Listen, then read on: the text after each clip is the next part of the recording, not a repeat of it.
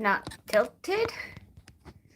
There we go. Hopefully, I still tilted. Oh well. We might just have to roll with it. I'm gonna wait here for a little bit before actually getting started to see if I get anybody coming on here. If not, I can just keep rolling and we'll just I guess you'll just have to watch the replay. So yeah, let me know in the comments how your week's been, how your Sunday's going. I do apologize for not recording or uploading last Sunday. I got home for good from the treatment center Friday afternoon, evening time, and um, yeah, I had like zero energy to unpack or do anything Friday night. So I just kind of hung out with my family. And then Saturday, I was um, I went to where I work to see if I can get put on the schedule sooner, um, which the girl who does the schedule wasn't there, but she texted me like Monday saying if I could come in on Thursday and start work, so I did. Um, and then like Saturday, I was unpacking. Sunday, I was going through my closet trying to figure out what I wanted to keep, what I didn't, what fit, what won't. So it was all like a lot last weekend, and I was like, okay, maybe I'll just record on Monday. Yeah, Monday came, and I just kind of forgot and just kind of did my own thing, relaxed, pretty much relaxed all day Monday and Tuesday, and it was so nice. Just saying. Um, so I guess I'll just keep rolling and get into our backstory. As you can see from the title, we are doing the backstory to Stand Up for Jesus by George Duffield. Or I think he was the one who yeah, he wrote the words. I got confused because there's George Duffield who wrote the words and George J. Webb who wrote the music for Stand Up for Jesus. When you get too many Georges involved, it gets confusing. Too many people of the same name working on the same project or working in the same place can be confusing. I know that from experience, or the latter. So as always, the information comes from Then Sings My Soul by Robert J. Morgan, published by Thomas Nelson. This is a really great book. There's like 3 or 4 of them in this, not really series, but I guess series, with different hymns, the backstories of them. I highly recommend them. Especially if you want to branch out on your own, do your own research. This is a great starting place. And I also have a couple other hymn backstory books that I'm hoping to start using soon. But for now, this is what I'm using. Then Sings My Soul. So yeah, I own nothing except my playing and my summary of the article. So yeah, without further ado, let's get into it. So Stand Up for Jesus was written published in 1858. And it really came about through the testimony of Mr. Dudley Ting, who was his father's assistant at Philadelphia's Church of the Epiphany. And when his dad retired in 1854, that's when Dudley took over his position. And at first it went very well. He was 29 years old. Great, He has this large church he's pastoring. Perfect. Yeah, but then he began preaching on a controversial topic in that day, slavery. Yeah, and it's the 1850s, like right before the Civil War. So, yeah, So slavery was like a touchy subject, just like some things today are, which I'm not going to mention because I don't want to get flagged or anything. um, so a lot of the more conservative members in Dudley Ting's church complained that he was preaching so hard against slavery, which is very odd in my opinion nowadays. But the complaints made Dudley decide he wanted to retire, and that's what he did in 1856. But he also took some of the members with him who really loved his preaching, who stood for what he stood for.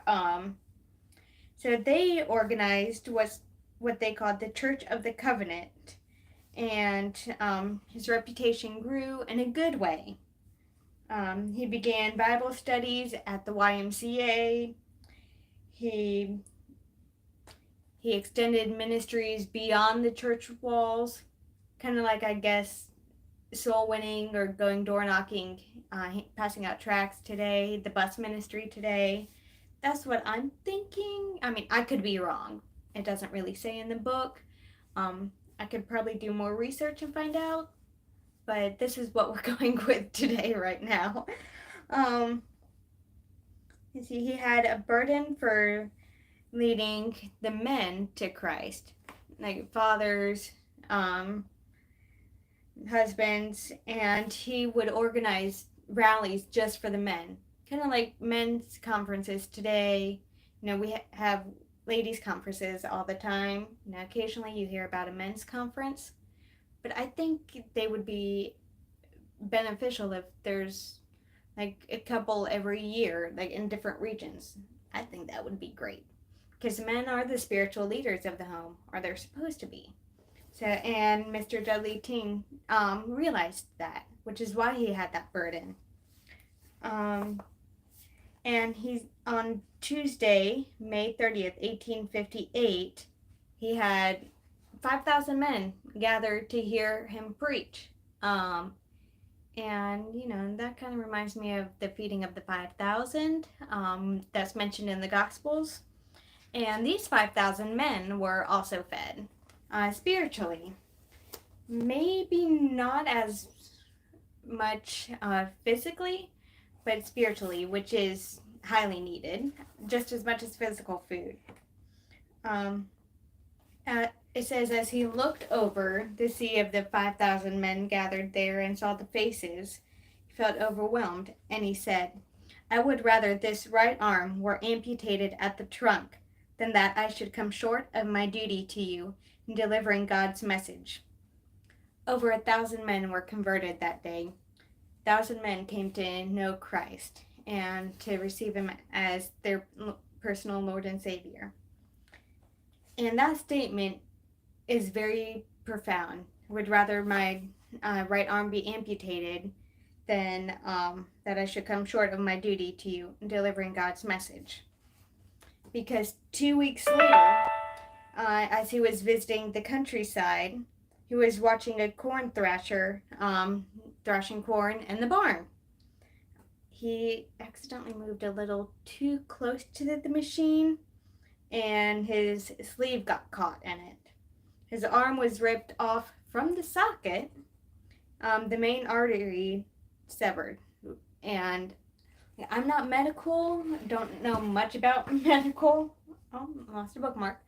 But I'm guessing like if you sever a main artery, it's really hard to keep whatever limb it was that got hurt. So they had to amputate his right arm close to the shoulder. So I'm like guessing kind of like right up here or something.